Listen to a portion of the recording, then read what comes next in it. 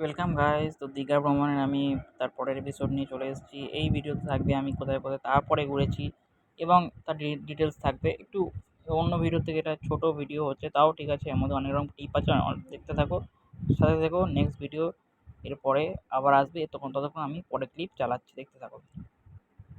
I think we all thought that we did the right thing, but it didn't turn out that way.